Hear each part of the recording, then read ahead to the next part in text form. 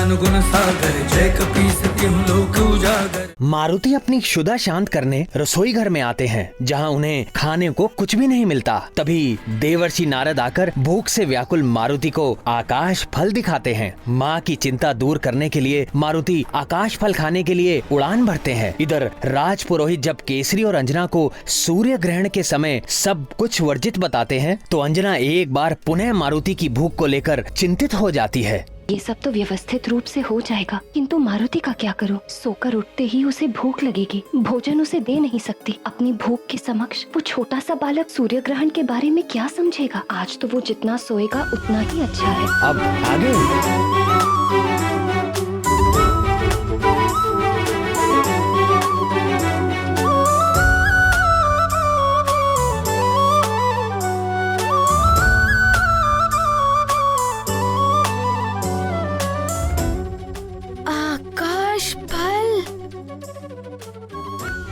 मारुति का आकाश फल,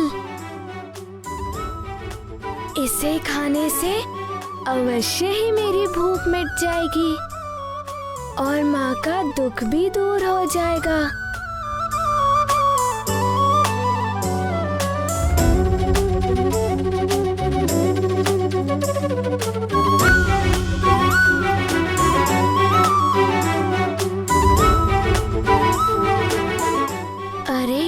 एक और गोला गा रहा है, ये तो बड़ा भी है और चमकीला भी।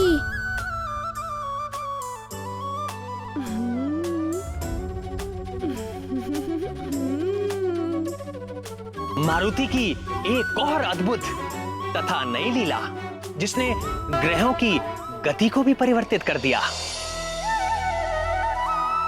मारुति की तीव्र गति और एकाग्रता को देखकर यह स्पष्ट था कि इस बार वो अपने लक्ष्य को प्राप्त करके ही रुकेंगे। मारुति की गति इतनी तीव्र थी कि जो भी ग्रह नक्षत्र मार्ग में पड़ते थे उन्हें स्वयं ही हटना पड़ता था। अब कौन रोकेगा मारुति की इस उड़ान को सूर्य लोक तक पहुंचने में?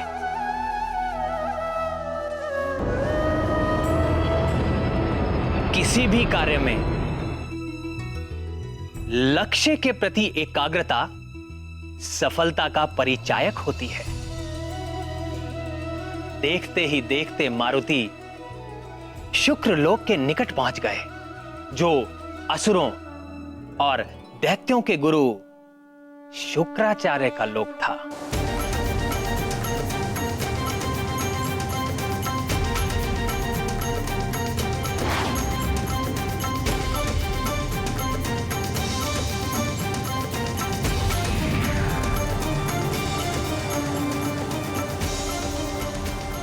मुझ शुक्र की ओर कौन आ रहा है? अवश्य ही ये कोई शिव तत्व है। मैं इसके मार्ग से नहीं हटा तो ये मुझ दैत्य गुरु शुक्राचार्य से ही टकराएगा।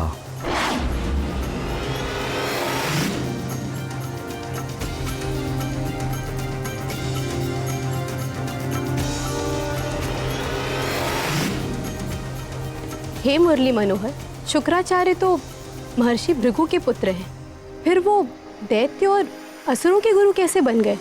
प्रिय, शुक्र के पिता तो थे महर्षि भृगु, किंतु उनकी मां दैत्यराज हिरण्यकशिपु की पुत्री दिव्या थी।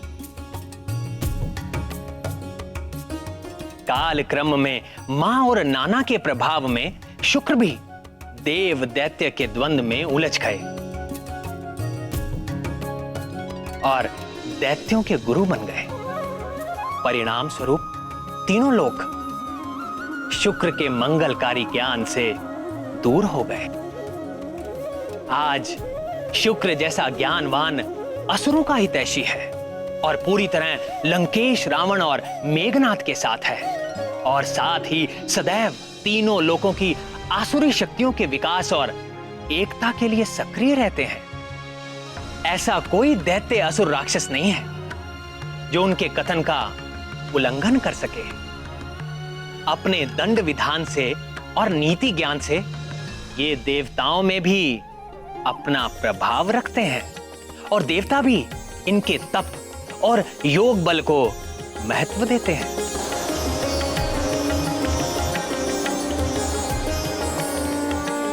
प्राणवल्लभ, ये विधान है कि समस्त ग्रह अपने एक निर्धारित पथ पर ही विचरण करते हैं, किंतु मारुति के इस लीला भरे अभियान के कारण ग्रहों को अपने अपने मार्ग से विचलित होना पड़ रहा है। इसका प्रभाव तो सृष्टि पर ही पड़ेगा। अवश्य पड़ेगा प्रिय। ग्रहों की दशा और दिशा बदलने का प्रभाव मनुष्य से लेकर प्रकृति तक सब पर पड़ता है।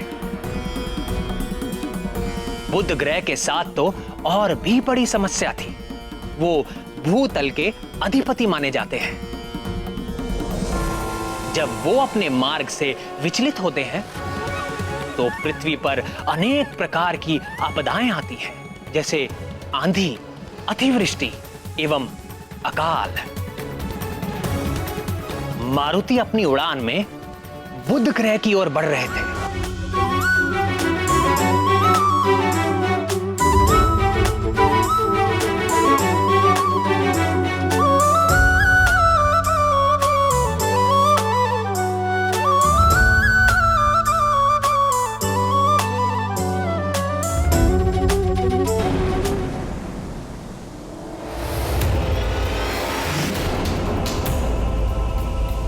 ये कौन अचानक उल्टी दिशा से इतनी तीव्र गति से मेरे बुधलोक की ओर चला आ रहा है? ये तो अनर्थ हो गया। मुझ बुध को ही अपने मार्ग से विचलित कर दिया इसने। भविष्य में पृथ्वी पर इसके दुष्परिणाम हो सकते हैं।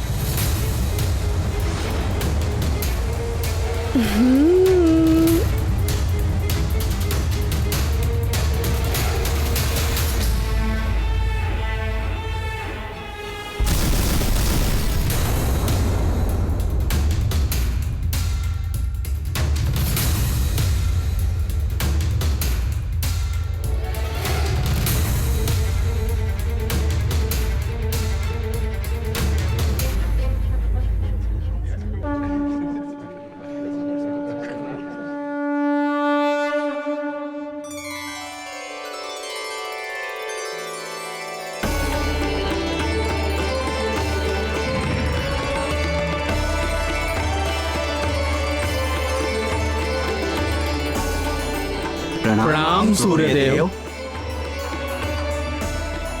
प्रणाम देवगण। जगत नियंता सूर्यदेव, आपकी जय हो। कालचक्र के सुचारू रूप से संचालन करने वाले सूर्यदेव, आप सदैव प्रकाशित रहें और इस सृष्टि को सदैव प्रकाशित करते रहें। सृष्टि में व्याप्त समस्त अग्नियों के अधिष्ठाता सूर्यदेव, हम सब आपको नमन करते हैं।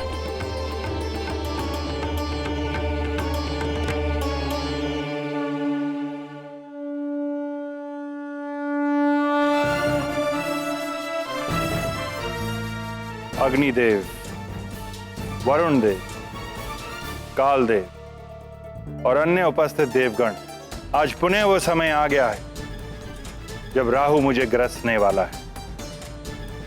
ये दरबार जो मेरी किरणों पर टिका हुआ है, सदैव काल क्रम के अनुसार चलता रहता है।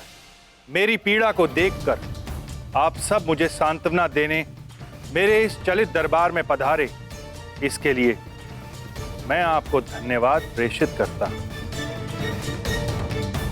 सूर्यदेव, मैं राहु का ग्रसना रोक तो नहीं सकता, किंतु जब राहु आपको ग्रसता है तो मेरा हृदय भी बहुत पीड़ित होता है और उसी पीड़ा के परिणाम स्वरूप ग्रहण काल में संसार में व्याप्त जल दूषित हो जाता है।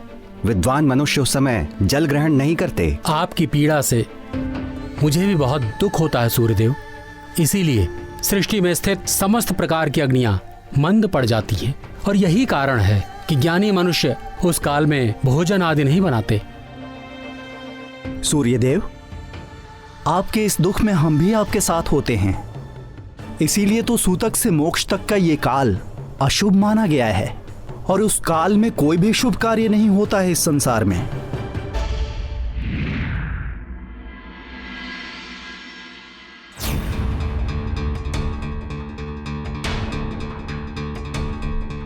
क्या हुआ अरुण देव, आप भयभीत क्यों दिखाई दे रहे हैं? देव न जाने कौन है जो हमारी ओर तीव्र गति से बढ़ता हुआ आ रहा है।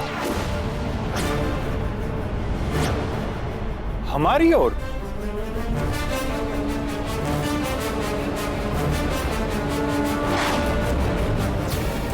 अभी राहु के आने का समय तो नहीं हुआ है, फिर ऐसा दुस्साहस करने का प्रयास कौन कर सकता है? देव, ये राहु तो है ही नहीं, ये कोई और है।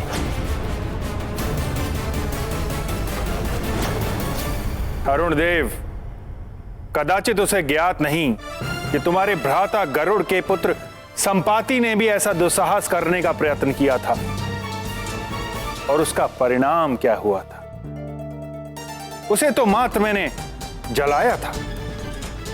ये तो भस्म हो जाए, ये तो भस्म हो जाए, ये तो भस्म हो जाए।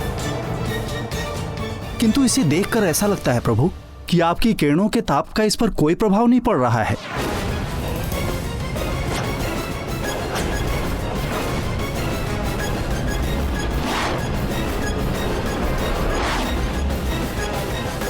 निकट तो आने दीजिए अरुण देव, फिर देखते हैं उस पर मेरे ताप का प्रभाव पड़ता है या नहीं। सूर्यदेव, आपकी अनुमति के बिना कोई सूर्यमंडल में कैसे प्रवेश कर सकता है? कदाचित उसे ज्ञात नहीं है कि इस सूर्यमंडल की रक्षा मैं कर रहा हूं। मैं वरुण देव, महाशक्तिशाली। जब मैं कुपित होता हूं तो संसार ही नहीं, समस्त सृष्टि जलमग्न हो जाती है। प्रलय मचा देता हूं मैं, प्रलय। सूर्यदेव, सूर्यमंडल में प्रवेश करने से पूर्व उसे मुझ अग्निदेव का सामना करना होगा। ये समस्त संसार जीवित है तो मुझ अग्नि की कृपा से हवष्य से देह तक, काष्ठ से लौह तक मैं सब जला देता हूं। वो जो भी है मेरी शक्ति के समक्ष 2 पल भी नहीं टिक पाएगा। नारायण नारायण।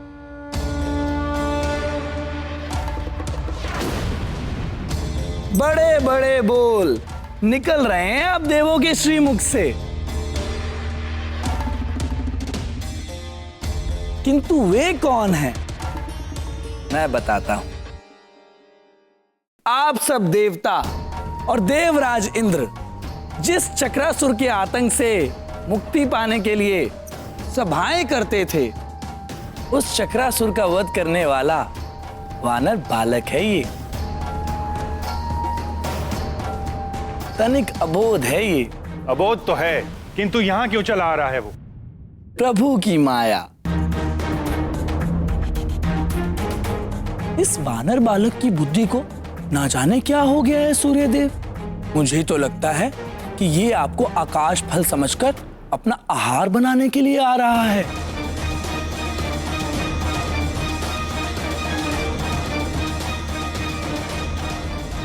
अब देखते हैं कि पहले राहु आपको ग्रसता है या ये बालक आपको अपना आहार बनाता है।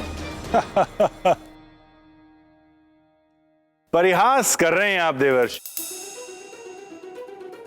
आपको अभी भी लगता है कि मेरे सुरक्षा कवच को कोई भेद कर मेरी अनुमति के बिना कोई मुझ तक पहुंच सकता है? मेरे सूर्य मंडल के रक्षक देवों, जाओ और उस बालक को रोको।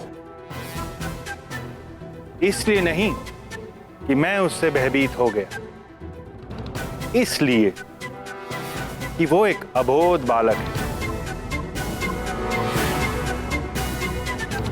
उसे तो ज्ञात ही नहीं कि मेरे निकट आने से वो जल जाएगा, यहां तक कि प्राण भी जा सकते हैं उसके।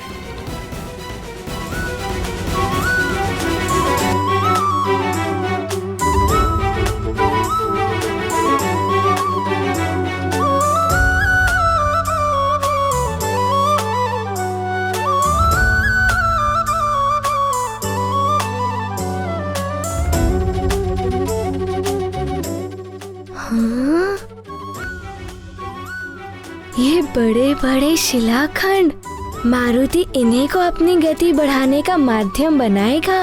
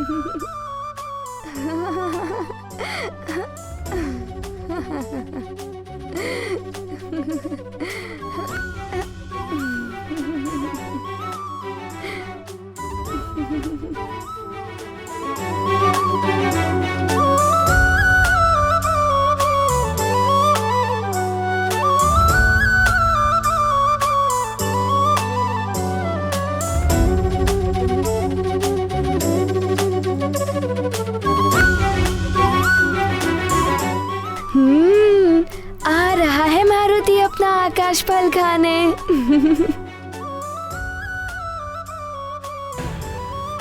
सूर्यदेव, वो वानर बालक अबोध हो या उद्दंड, किंतु एक बात निश्चित है, उस वानर बालक के पास मायावी शक्तियां हैं, जिस कारण उसने चक्रासुर को मार गिराकर यहां आने का दुस्साहस किया।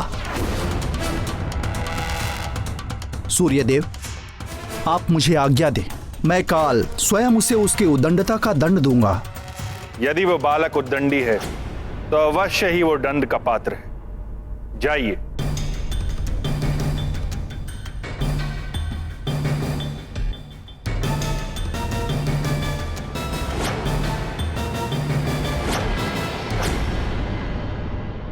सूर्यदेव, आपका सुरक्षा कवच तो अभेद है, कौन भेद पाएगा इसे? नारायण नारायण।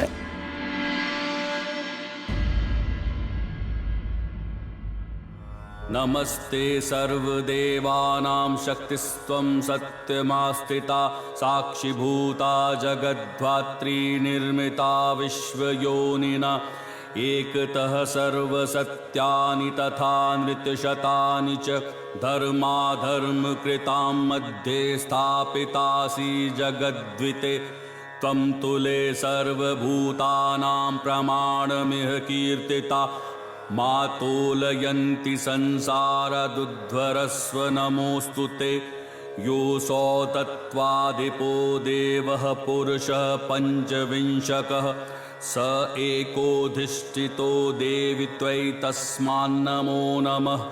नमो नमस्ते गोविंद तुला पुरुष संज्ञक त्वं हरे तारयस्वास्मान् स्मात् संसार कर्दमात्।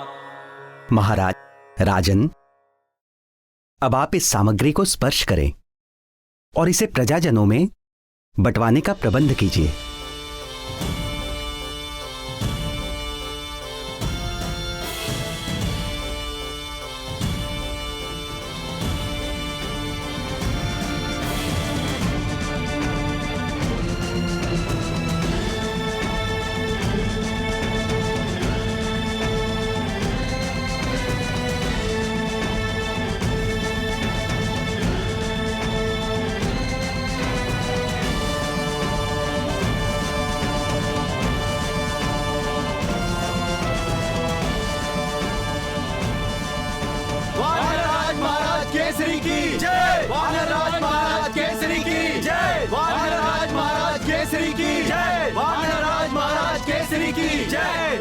धन्यवाद महाराज। धन्यवाद महारानी जी।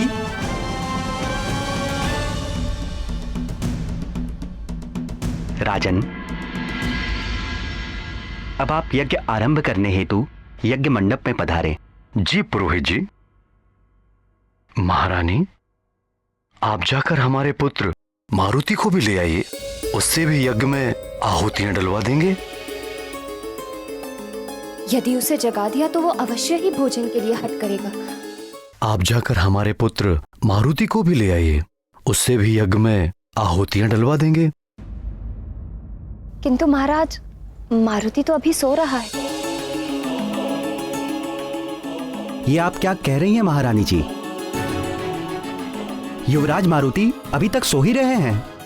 हाँ, किंतु आप इस प्रकार क्यों पूछ रहे हैं? महारानी जी, ग्रहण काल में सोना तो पूर्णतया वर्जित है, भाग्य भी सो जाता है। इस समय में मात्र पूजा, यज्ञ, दान आदि ही करना चाहिए। सुमेरु के युवराज का ग्रहण काल में सोना अशुभ एवं अनर्थकारी हो सकता है।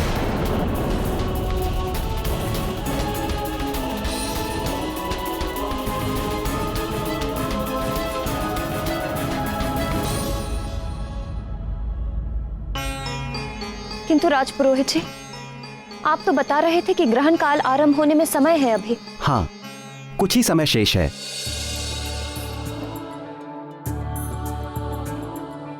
आपका बहुत बहुत आभार राजपुरोहित जी, समय रहते आपने बता दिया। मैं अभी जाकर मारुति को जगा लाती हूँ।